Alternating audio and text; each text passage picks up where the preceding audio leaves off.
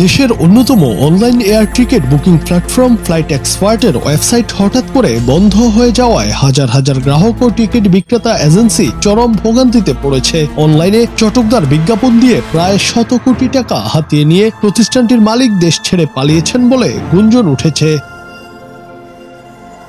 গতকাল শনিবার থেকে ওয়েবসাইটটি অকার্যকর দেখা গেলে মতিঝিলে ফ্লাইট এক্সপার্টের কর্পোরেট অফিসে ভিড় জমান ভুক্তভোগীরা। কেউ 80 লাখ, কেউ বা 20 থেকে 30 লাখ টাকা খুইয়ে দিশেহারা অবস্থায় সেখানে ছুটে আসেন।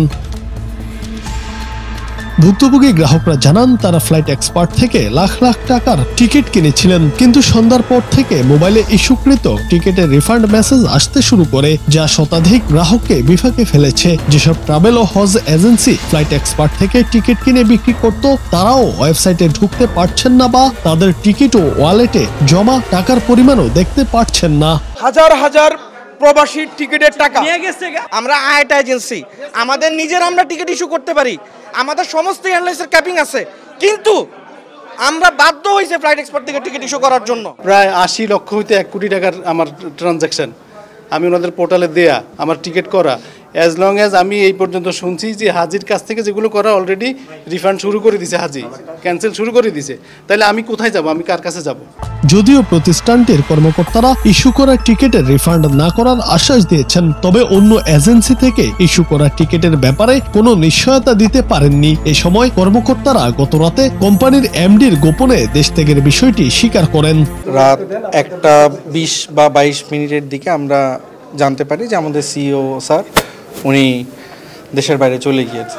উনি একটা হোয়াটসঅ্যাপে টেক্সট দিয়ে বলে দিয়ে গেছে। ফ্লাইট এক্সপার্টের হোয়াটসঅ্যাপ গ্রুপে প্রতিষ্ঠান বন্ধের বিষয়টি নিশ্চিত করেছেন সিইও সালমান বিন রশিদ শাহ সায়েম। তিনি সহকর্মীদের উদ্দেশ্যে লিখেছেন, তিনি একটি পরিকল্পিত বিশ্বাসঘাতকতার শিকার হয়েছেন এবং এর পেছনে সাইদ হোসেন ও সাকিব নামের দুজন জড়িত। তার অভিযোগ, গত বৃহস্পতিবার মিটিংয়ে তারা সমস্ত দায় তার উপর চাপিয়ে দেন ও তাকে নিজের অবস্থান ব্যাখ্যা করার সুযোগ দেওয়া হয়নি। তিনি আরো জানান, শনিবার সকালে তারা প্রায় 3 কোটি টাকা তুলে নেন ও তারপর কোম্পানির কার্যক্রম সম্পূর্ণরূপে বন্ধ হয়ে যায়। দায় চাপানো ও হুমকির পরিপ্রেক্ষিতে তিনি শারীরিক এবং মানসিক নিরাপত্তার জন্য ছুটিতে যেতে বাধ্য হয়েছেন এবং এভাবে সরে যাওয়া তার উদ্দেশ্য ছিল না বলে দুঃখ প্রকাশ করেছেন।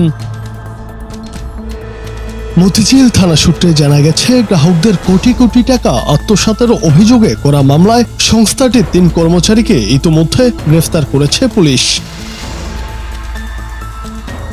জুনায়েদ আহমেদ, বাংলা টিভি।